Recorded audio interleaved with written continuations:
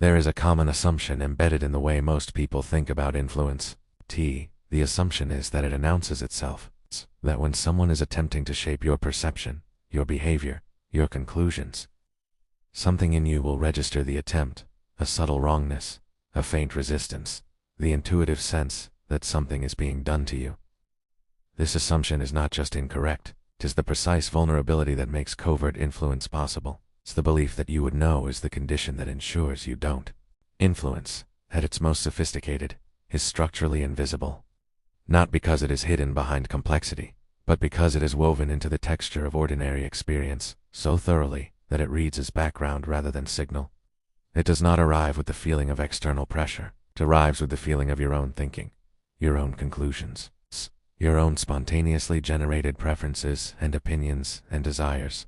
The most effective influence doesn't feel like influence at all. It feels like you. This is not a peripheral phenomenon.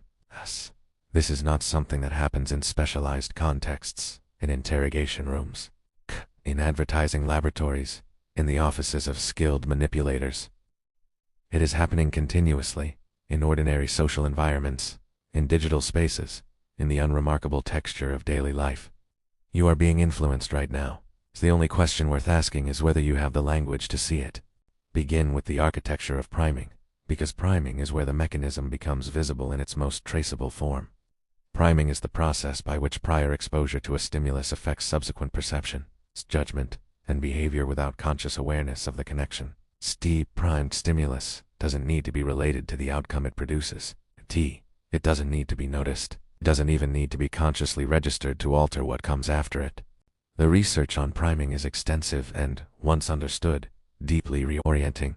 In documented studies, subjects exposed to words associated with elderly behavior, slowly, then go, retirement, Florida, subsequently walked more slowly when leaving the room. They weren't told to walk slowly. They weren't aware of the connection. The subconscious pattern matching system absorbed the associated concepts and expressed them through behavior, while conscious awareness remained entirely uninvolved. The subjects, when questioned, attributed their pace to other factors. They were not lying. They genuinely did not know. The gap between what was happening and what they believed was happening was total. This is not an edge case. This is the ordinary operation of a system that is running beneath conscious awareness at all times. You have been primed today. By the first content you consumed this morning. By the emotional tone of the first conversation you had. By the visual environment you moved through, the language patterns you were exposed to, the social dynamics you navigated. All of it entered. All of it altered the lens through which you are currently processing this moment.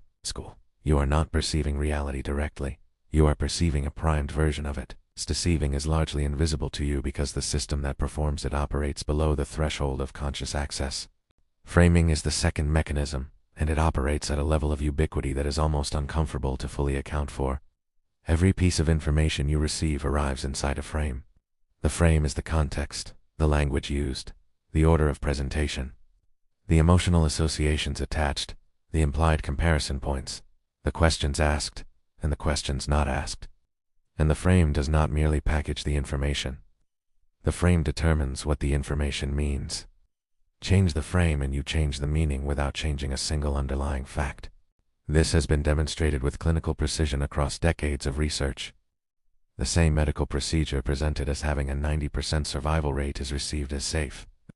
Presented as having a 10% mortality rate, it is received as dangerous. The statistical content is identical. The framing produces opposite psychological responses.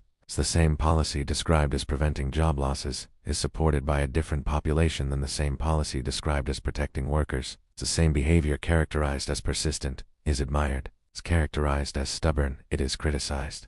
The facts did not change. The frame changed. And the frame controlled the conclusion before the conscious mind had a chance to evaluate the content independently.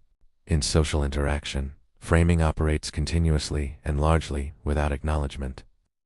The person who opens a negotiation by naming a high number has framed the entire subsequent conversation around that anchor.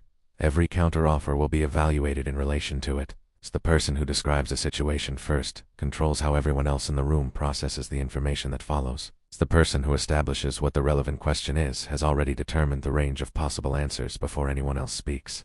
You're being framed in every conversation, every piece of media, every social interaction. This frame is doing more work than the content. Scaring because frames are usually invisible, because they are the context rather than the object of attention.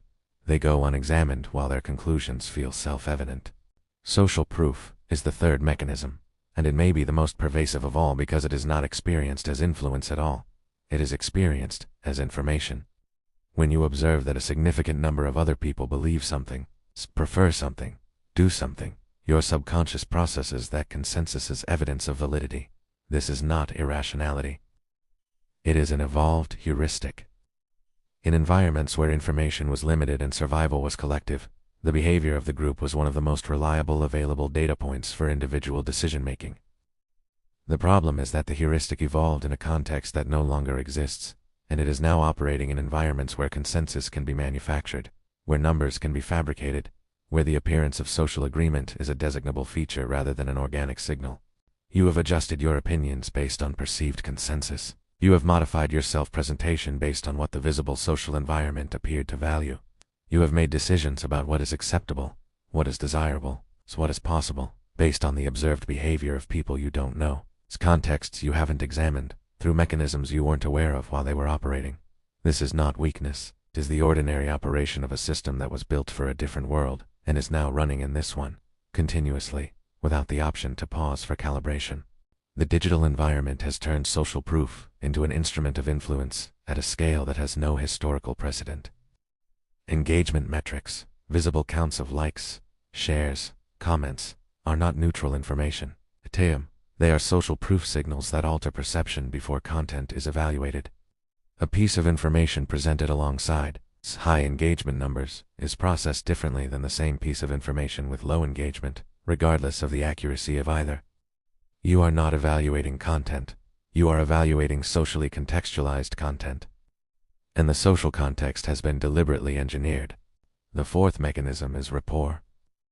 And it is where influence moves from the environmental to the interpersonal and becomes most difficult to detect.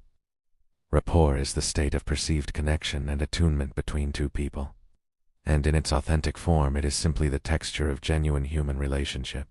But rapport is also technically replicable. The behavioral signals that produce the felt experience of connection, mirroring of posture and gesture, matching of vocal tone and rhythm, pacing of language patterns, calibrated use of the subject's own words and emotional references, can be deployed deliberately to generate a feeling of closeness that arrives before trust has been earned. The neurological reality of rapport is this: when you feel genuinely understood and mirrored by another person, your nervous system shifts toward openness. The evaluative guard, the part of you that assesses new information against existing beliefs, relaxes. This is the natural and appropriate response to genuine safety. The problem is that the nervous system cannot distinguish between genuine attunement and technically produced attunement. The felt experience is identical. And when the evaluative guard relaxes in response to technically produced rapport, the window for influence opens in the same way it would in genuine safety, but without the actual safety. This is the operational core of high-level interpersonal influence. Not pressure, not argument, not persuasion through logic. Connection first, genuine feeling. Carefully calibrated connection, and then the suggestion, the frame. The embedded direction arrives into a nervous system that has already opened its door. You didn't feel manipulated because it didn't feel like manipulation. It felt like finally being understood. The two can be made to feel identical. That is the precise sophistication that makes this worth understanding. There is a fifth mechanism that receives less formal attention but operates with arguably the greatest reach. Key. It is the mechanism of identity-based influence. And it works not by delivering suggestions to an open mind, but by first establishing who you are, and then delivering suggestions consistent with that identity. The logic is precise. People do not make decisions neutrally. They make decisions in accordance with who they understand themselves to be. Identity functions as a decision filter. It narrows the range of options that feel available, shapes what feels consistent and what feels wrong, determines which suggestions are received as resonant and which are rejected as foreign. If influence can shape identity before it delivers its content, then every subsequent suggestion filtered through that identity will feel self-generated. You won't experience it as suggestion. You'll experience it as acting in accordance with who you are. This is what political and ideological influence operates on at the macro scale. It does not primarily persuade, primarily identifies. It creates, or amplifies, a sense of group belonging, tribal coherence, of knowing which side you are on, and then delivers its content to people who are now filtering reality through a constructed identity that makes certain conclusions feel inevitable. The conclusions feel like logic. They feel like values. They feel like the natural outcome of clear thinking.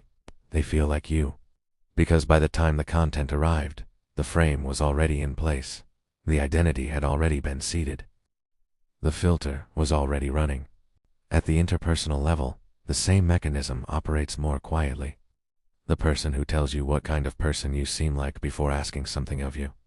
The environment that consistently reflects a particular version of you until you begin to inhabit it. The relationship in which your identity slowly narrows toward whatever keeps the other person comfortable.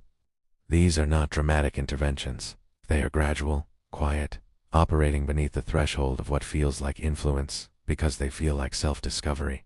Identity-based influence is invisible, precisely because it works through the self, rather than against it. Understanding these mechanisms does not make you immune to them. That requires emphasis, because the most common response to this kind of information is a sudden feeling of invulnerability.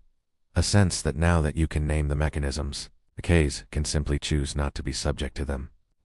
That is not how this works. The systems that these mechanisms operate on are largely subconscious. Knowing that priming exists does not prevent priming from occurring. Knowing that frames shape meaning does not give you automatic access to perception outside the frame. Knowing that rapport can be technically produced does not make your nervous system stop relaxing in response to attunement signals. What understanding provides is not immunity. It provides delayed recognition, the capacity to notice, sometimes, after the fact, that a shift occurred, to trace the mechanism, to ask where the conclusion actually came from, rather than accepting the feeling of self-evidence as sufficient evidence. Time and with practice, the recognition can move earlier in the sequence, from after the influence, to during it. Eventually, in some cases, to before it. But that is a developed capacity. It is not delivered by information alone. It is built by the sustained practice of examining your own cognitive and emotional operations with enough honesty to see what is actually running. The starting point is simply this. Suspend the assumption that you would know. Suspend the comfortable certainty that influence would feel like something from the outside, so that your conclusions are self-generated, that your preferences are your own in any unmediated sense, not permanently. Not in a way that produces paranoia or collapses your ability to function, but long enough to ask the question seriously. Where did this opinion come from? What frame was the information delivered in? Who benefits from this conclusion? What was I feeling when I received this? Oh, did I feel understood by when I began to believe this? What identity am I performing when I act on this? These are not comfortable questions. Dating. They are not designed to be.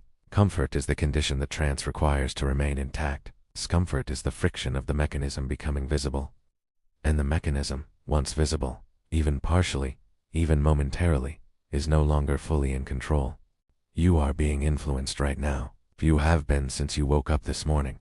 The influence does not feel like influence. It feels like thinking. The gap between those two things is where this work lives. And you are, right now, standing inside that gap.